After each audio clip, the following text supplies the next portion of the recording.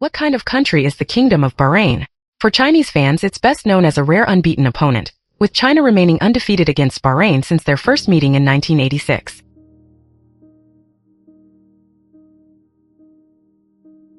Beyond sports, Bahrain is one of the Middle East's most contradictory countries.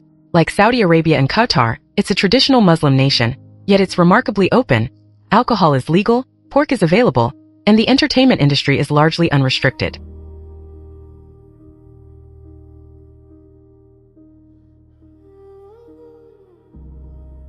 Authorities largely tolerate the red light district, where nearly all workers are foreigners. As early as 2007, Bahrain had more than 13,500 workers in the industry, and the number has continued to grow. Luxury hotels, bars, and nightclubs in Manama employ many women from Eastern Europe and Southeast Asia, especially Thailand and the Philippines. Every weekend, thousands of Saudis drive across the bridge to Bahrain, fueling its nightlife economy.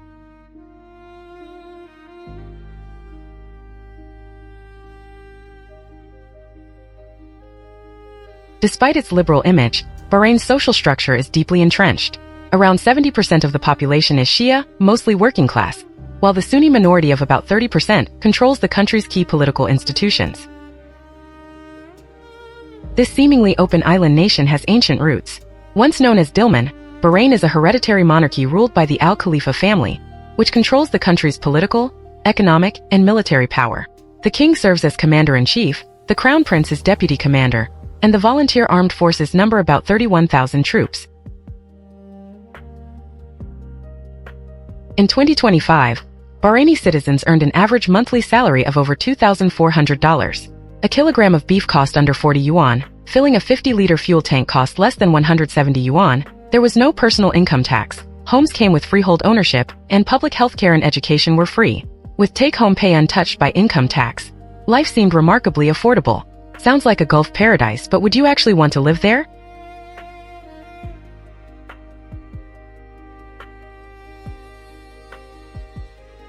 Not so fast. Bahrain faces two major vulnerabilities: limited natural resources and heavy dependence on imports. It has one of the Gulf's smallest recoverable oil reserves, imports over 90% of its food, and even 80% of its drinking water comes from desalination.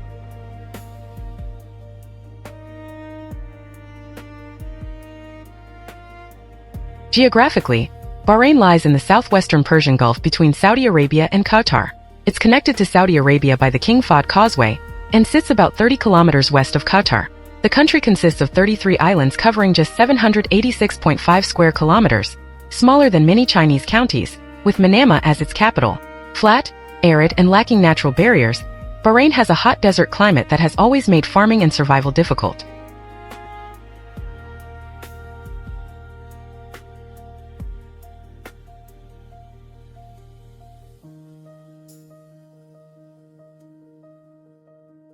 Bahrain was never a naturally wealthy oil state. It's the only Gulf country that rose through natural resources but confronted oil depletion early, forcing it to reinvent itself 3 times just to survive.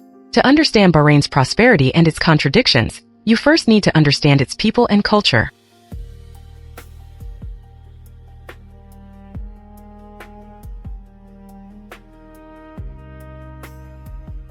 In 2025, Bahrain's population reached 1.59 million.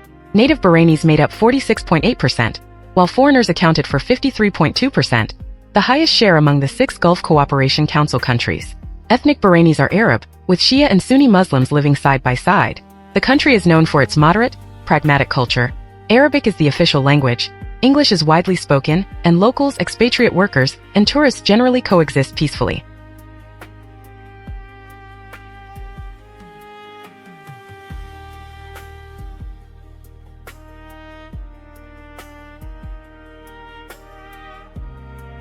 Bahrain is home to hundreds of thousands of prehistoric burial mounds, earning it the nickname Island of a Million Tombs.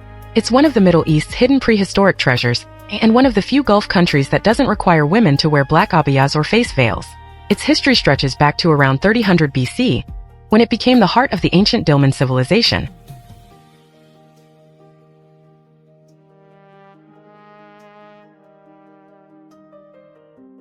Around 1000 BC, Phoenicians settled here. Bahrain later became part of the Arab Empire in the 7th century, was ruled by Portugal from 1507 to 1602, Persia from 1602 to 1782, declared independence in 1783, fell under British influence after 1820, became a British protectorate in 1880, gained independence in August 1971, and officially became the Kingdom of Bahrain in 2002.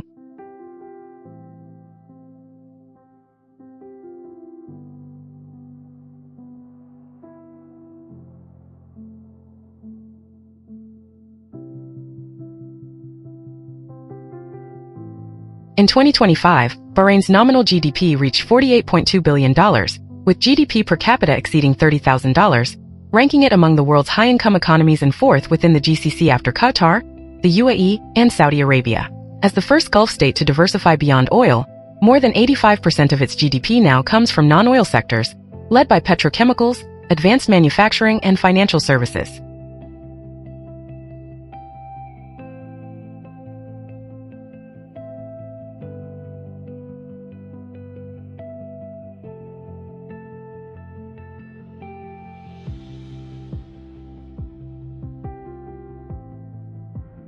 That economic strength has translated into higher incomes. In 2025, the average monthly wage was 918 Bahraini dinars, about 17,671 yuan. Among Bahraini citizens in the private sector, the median salary was 500 dinars, or roughly 9,625 yuan, meaning half earned around 10,000 yuan a month.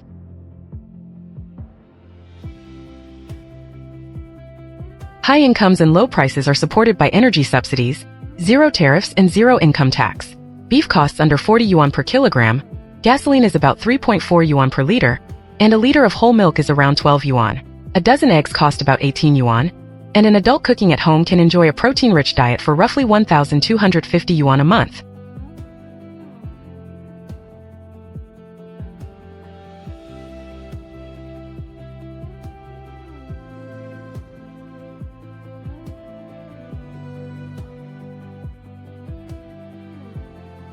Bahraini cuisine blends Arab and Gulf Island flavors. Grilled seafood, date desserts, and lamb makbous are all affordable, with a filling meal costing just a few dollars. In downtown Manama, a fast food meal costs about 50 yuan. A nice dinner for two is under 400 yuan. Monthly utilities for an 85 square meter apartment are under 1,000 yuan. And 100 megabits per second broadband costs only about 320 yuan.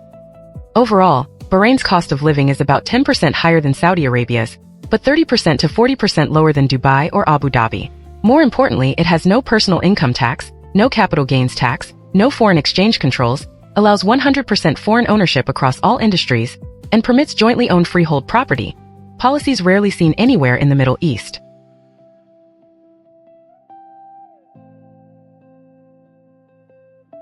This combination of high incomes and low prices isn't simply a gift of natural resources. It's built on a carefully designed system. Bahrain is a classic rentier state, with government revenue coming mainly from natural resources and investment income. It levies no personal income tax on citizens or most foreign white-collar workers, attracting global capital and talent through high incomes, low prices, and low taxes.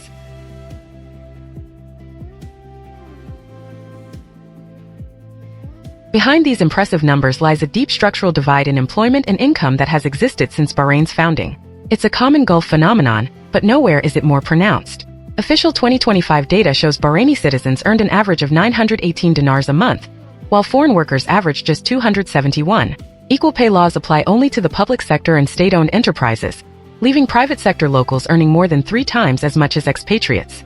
Pakistani recruitment data shows ordinary construction workers earn only about 100 dinars, or roughly 1,925 yuan a month, just 1/9 the average Bahraini wage.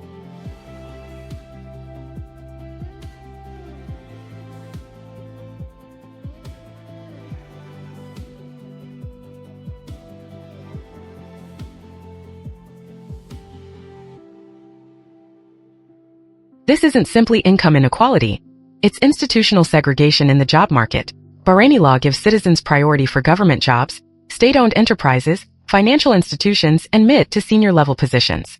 More than 85% of Bahraini citizens work in the public sector, dominating the highest paying, most secure jobs with the best benefits, while over 90% of manual labor and basic service jobs in the private sector are filled by foreign workers.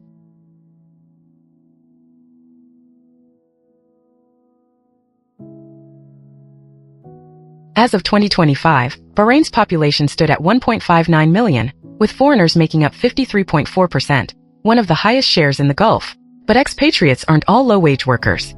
They form a three-tier pyramid. At the top are finance professionals and executives from Europe, North America, and the Middle East, enjoying salaries and tax benefits similar to citizens. In the middle are white-collar workers, healthcare staff, and teachers from India and the Philippines earning 300 to 600 dinars a month. At the bottom are manual laborers from South and Southeast Asia earning just 100 to 150 dinars, who handle most construction and domestic work and make up over 70% of the foreign population.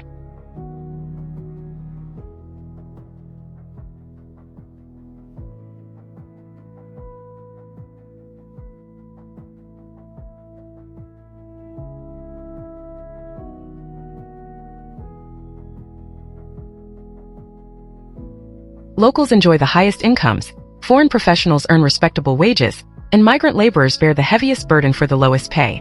The three groups live under sharply different conditions, divided by an invisible institutional barrier. Bahrain also still operates the traditional Gulf kafala sponsorship system. Foreign workers must be sponsored by a local employer, and generally cannot change jobs or leave the country without permission.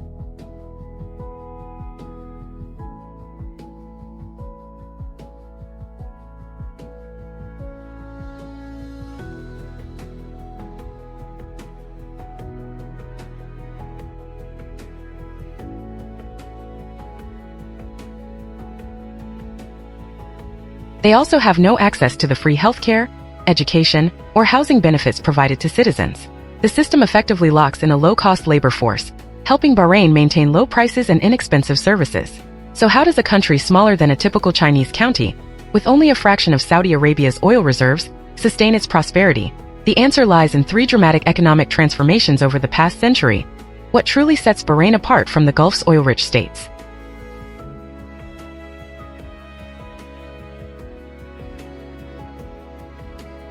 For nearly 300 years before oil was discovered, Bahrain was the world's unrivaled center of natural pearls. Its advantage wasn't just trade. It rested on unique natural conditions and institutional strengths. The salinity, water temperature, and currents of Bahrain's Gulf waters created the ideal environment for pearl oysters. Bahrain produced natural seawater pearls with nacre more than twice as thick as pearls from most other regions. Their distinctive golden luster earned them a reputation as the world's finest natural pearls, something cultured pearls have never truly replicated. As early as the 18th century, Bahrain established one of the world's first pearl diving guilds and pearl grading systems, setting strict rules for diving seasons, harvesting methods, quality standards, and trade. It even introduced one of the earliest anti-counterfeiting laws for pearls, giving Bahrain a near monopoly on the global luxury natural pearl market. By the early 20th century, natural pearls from the Persian Gulf accounted for half of global production, with Bahrain supplying about 70% of that total. Jacques Cartier personally traveled to Bahrain to buy its finest pearls, while leading jewelers from London regularly bid for them at Bahrain's port. By 1912, pearl exports were 6 times higher than in 1900, and at the industry's peak, 1 in 5 Bahrainis worked as pearl divers. Pearl trading generated 95% of the country's government revenue.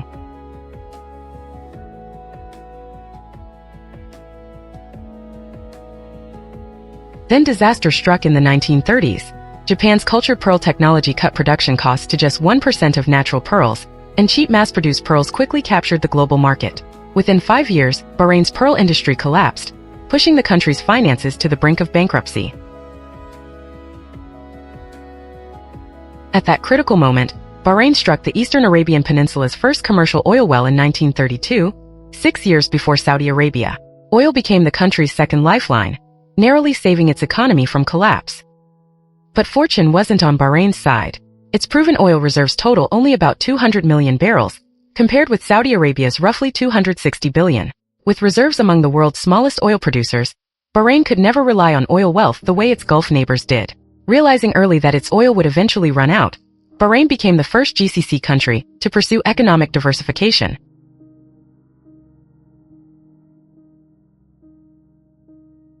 After 5 decades of transformation, Bahrain built a diversified economy around 3 pillars: oil and petrochemicals, advanced manufacturing, and financial services. This third transformation reshaped the country's future. Even today, oil and petrochemicals still account for about half of exports and roughly 60% of government revenue, remaining the foundation of Bahrain's economy. Second pillar is manufacturing. Bahrain Aluminium operates one of the world's largest single-site aluminum smelters, producing 1.623 million tons a year. Aluminum products account for about 8.9% of exports, placing Bahrain at the heart of the global aluminum supply chain. Cheap electricity generated from oil and natural gas keeps power costs extremely low, giving its manufacturing sector a strong competitive edge. The economy's biggest pillar, however, is finance. Bahrain is now the Middle East's second-largest financial center and a major offshore banking hub. It was the first country in the region to allow wholly foreign-owned banks, eliminate foreign exchange controls, and establish a modern financial regulatory system. Combined with a currency pegged to the US dollar and a low-tax environment, it has become a safe haven for Gulf capital, with the region's highest share of non-oil economic output. Despite its successful transformation, Bahrain still faces two fundamental challenges that threaten its long-term prosperity. Although non-oil industries account for 85% of GDP, about 60% of government revenue still comes from oil.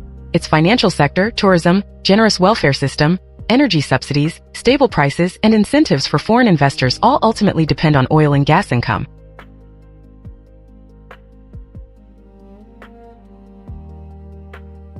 Bahrain's oil and gas reserves are limited. Remaining recoverable oil reserves are only about 100 million barrels, while recoverable natural gas reserves total roughly 0.12 trillion cubic meters. At current production rates, conventional oil may last just another 12 to 15 years. Although an estimated 80 billion barrels of tight oil and gas resources were discovered in 2018, extraction costs are so high that production isn't commercially viable unless oil prices exceed $80 a barrel.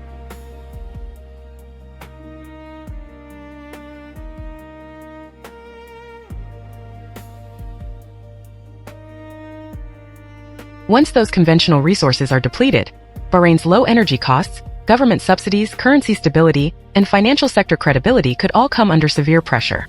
Yet an even greater challenge is one the country cannot solve: survival itself.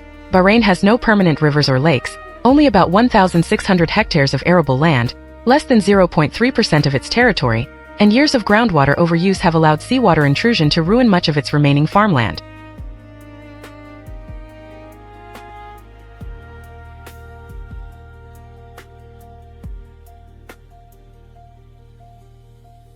More than 90% of the country's food, including fruits, vegetables, and meat, is imported.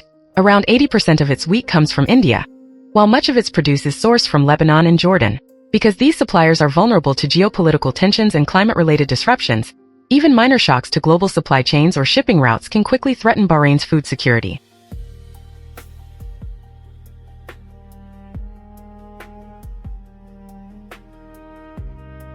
Together, these two vulnerabilities create a dilemma with no easy solution. Even with offshore fish farming producing more than 10,000 tons annually, Bahrain can meet only about 15% of its seafood demand, making food self-sufficiency virtually impossible. Pressured by these challenges, Bahrain has spent the past half-century mastering the art of survival as a small Gulf state. Caught between regional powers like Saudi Arabia and Iran, Bahrain has carefully preserved its room to survive and grow. At home, it maintains social stability through generous welfare. Citizens receive free public health care and education, along with housing and marriage subsidies. Adult literacy exceeds 97.4%, life expectancy is 78.9 years, and living standards rank among the highest in the Middle East. Bahrain has also pursued social reforms, becoming the first GCC country in 2002 to grant women full voting and election rights.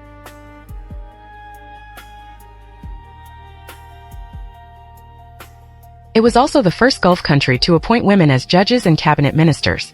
By 2022, 8 women had been elected to the lower house of parliament. Bahrain is known for its religious tolerance, where mosques stand alongside churches, synagogues, and Hindu temples, helping attract global talent and investment. Abroad, Bahrain follows a flexible balancing strategy. It hosts the U.S. Navy's Fifth Fleet, relying on the American military presence for security, while maintaining neutrality between Saudi Arabia and Iran. It also enjoys strong trade ties with China and Russia, and was among the first Gulf countries to support the Belt and Road Initiative. Bahrain further distinguishes itself as the first Middle Eastern country to host a Formula One Grand Prix, while its historic pearling heritage is recognized as a UNESCO World Heritage Site.